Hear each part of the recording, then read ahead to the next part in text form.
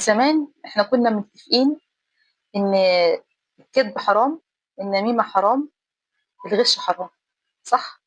زمان لمّا إحنا كان عندنا فطرة، لمّا كنا بنستخدم فطرتنا، لكن دلوقتي بقى حتى الحكاية دي يعني بقى في سُلطة عليها، يعني حتى فطرتك السليمة دي بقى عندك كذا حد وكذا شيخ بيطلع ربنا ما يسامحهمش، بيبوظوا لك الفطرة دي، بيحسسوك إن الحاجات دي مش مهمة، مقابل اللي هم كام حديث يجيبوه يفسروه عشان خاطر يتشهروا. كام حديث يجيبوه ويقعدوا يقولوا لا ده صحيح ده غير صحيح ويقعدوا يتخانقوا، واللي معاه تسويق اكتر بيمشي الناس وراه اكتر، فبتقعد انت تايه وكأن هو ده الدين. هي دي خناقات شيوخ مع بعض. شوف الشيوخ دول بيكسبوا قد ايه. مش كل الشيوخ وحشين، صح؟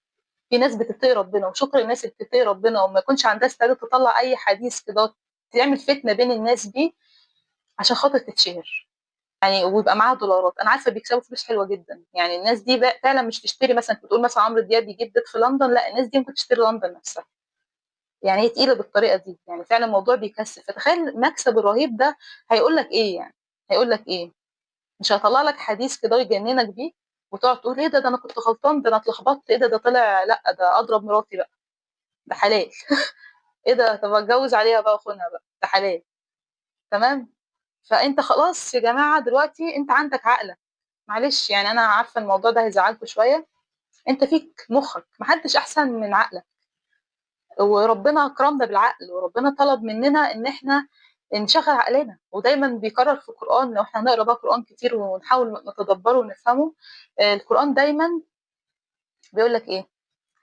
يا اولو الالباب، يا اولو الالباب، يا أولو، يعني ايه يا اولو الالباب؟ اولو معناها اصحاب، الباب معناها العقول. وطبعا ما تروحش الشيخ يفصلك يعني ايه اولو الالباب، افتح المعجم منك، يعني منك للمعجم كده ببلاغه لو الدنيا ضايعه معاك خالص، افتح المعجم اولو الالباب يعني اصحاب العقول. ربنا دايما بيقول لي يعني مدينا عقل، فهو بيفكرك بيه، مش يقول لك ما تستخدموش اصل انا ربنا، لا، اصحاب العقل. يعني انا بقول لك حتى ربنا بيقول لك ربنا يعرفوه بالعقل. ففطرتك اكيد زي ما انت، يعني عشان اسهلك الدنيا، فطرتك انت بتحب حد يكذب عليك؟ لا. بتحب حد يغشك؟ لا. بتحب حد يتكلم عليك، يحقد عليك، يحسدك؟ كل الحاجات اللي انت ما بتحبهاش وفطرتك مش موافقه عليها ما تعملهاش مع حد، سهله.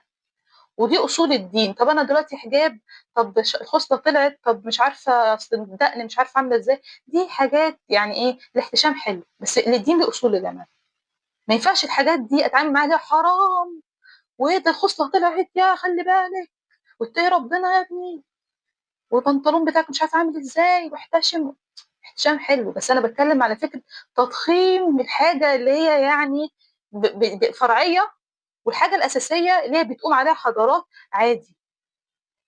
طب ماشي انت مضخم الحاجات دي وشايفها اساسيه، ماشي ماشي، ما تطلعيش الخصله، هتفتي هتبهدل الدنيا الخصله اللي طلعت دي غصب عنك بمزاجك، هتبهدلي الدنيا، العالم كله هيقف. ماشي ماشي، هي لسه كبير عندك؟ اوكي تمام كبير، تمام. اكبر بقى الكذب، الكذب حرام على فكره، الكذب ربنا مأكد، يعني الرسول مأكد عليه، اللي هو بيقول لك يعني لا يؤمن مؤمن لا يؤمن اللي بيكذب. شوف انت بتكذب كم مره، كبرها. ها. والنميمه تكبر بقى، ادي الحاجه حجمها. ربنا بيقول لك اتبعوا التي احسن، اتبعوا احسنها، لان شوف ربنا منزل كل حاجه بس في حاجات اهم. ربنا بيأكد دايما انت تكون صابر، بيأكد دايما انت تكون امين، بيأكد دايما انت تعمل صالحا. هتلاقي دايما لو انت بتقرا القران بتركيز، ما يكونش همك بس انك تختم عشان تاخد الثواب، وطبعا دي حاجه حلوه انت تاخد ثواب، بس تدبر القران اهم بكتير عشان خاطر انت بتفهم، انت بني ادم وليك عقلك. افهم اللي تفهمه واللي ما تفهموش مش مشكله، ما تروحش للشيخ. ده رايي يعني، عشان خاطر كل واحد يفسر على مزاجه، بس هو مش محتاج تفسير ومش طلاسم، انت مش اجنبي، انت فاهم يعني ايه يا ايها الذين امنوا اتقوا الله، اتقوا الله ما استطعتم، ما سهله اهي مفهومه. اتقي ربنا قد ما تقدر، واللي ما تفهموش وكلوا ربنا بقى، عشان احنا فعلا في زمن الفتنه، وللاسف دلوقتي من ضمن الفتنه زي ما في مهندسين مش كويسين، في دكاتره مش كويسين، في شيوخ مش كويسين. والموضوع بقى رزق، يعني انت متخيل الدين وصل لمرحله اللي هو بقى رزق، استرزاق عند الناس دي، فانت ما تروحش معاهم. واحلى استرزاق ان هم يلعبوا بعقلك خالص، انت ما عندكش مخ، يتعاملوا معاك انك ما عندكش مخ، اللي هو ربنا نفسه اللي خلق لك مخ، وربنا نفسه اللي المفروض ما تجادلوش في حاجه، بيديك عقل ويقول لك كلمني، يقولوا الالباب ده انا عملت كذا وكذا وكذا، بيخاطب عباده. بيخاطب عباده وبيشكر عباده اللي هم بيفكروا بعقلهم. يعني سيدنا ابراهيم يعني كان عايز يتاكد من فكره اللي هو ازاي الروح، عايز يفهم ازاي الروح بتطلع. يعني ارني كيف تحيي الموتى، يعني ازاي ده بيحصل. ربنا ما قالوش انت ازاي تفكر في كده، ساله قال له انت مش مؤمن، قال له لا بس عشان يطمئن قلبي. وطبعا ربنا عارف اللي في قلبه. العمليه دي كلها والقصه دي كلها راح ربنا حكاها لنا في القران الكريم. يعني بيقول لك انا بحترم عقلك، شوف قدرتي عامله ازاي، وانا بحترم عقلك. لو انت فكرت انا بحترم عقلك على فكره، ما انا اللي خلقه لك. وده سيدنا ابراهيم، ربنا برضو عمل كده مع سيدنا ابراهيم عشان هو مؤمن؟ لا، حتى الكفار ربنا احترم عقلهم. حتى الكفار ربنا احترم عقلهم. اللي هم الشيوخ بيقول لك ما تجادلنيش وحرام الجدال، انت ما ينفعش تجادل شيخ. اذا كان ربنا احترم الكفار لما قالوا سيدنا محمد، قال له انت يعني لو هنزل ملك، فيما معناه يعني احنا عايزين ملكا رسولا. ما قالوش انت قول لهم يا محمد يا محمد، اللي هم يعني ايه فيما معناه اللي هو ايه ده، اسكتوا او يكفوا او ينتهوا. ازاي يتكلموا كده؟ برضه قال، ربنا قال لهم رد قال ايه سبحانه. انت لو بتقرا القران بقى اراده بمزاج كده، بمزاج من غير وسيط. احنا احلى حاجه في الدين بتاعنا ما فيهوش وسيط، ما فيش وسيط بينك وبين ربنا عشان انت مدخل الشيخ وسيط. ومفروض على فكره الاديان التانيه برضه، يعني ده برضه من نوع من انواع الايه البدع، اللي هم لازم رجال الدين بيدخلوا نفسهم بيبقوا وسيط بينهم وبين ربنا عشان يحسوا بسلطتهم. لكن هو الاديان السماويه كلها ما فيش وسيط بينك وبين ربنا.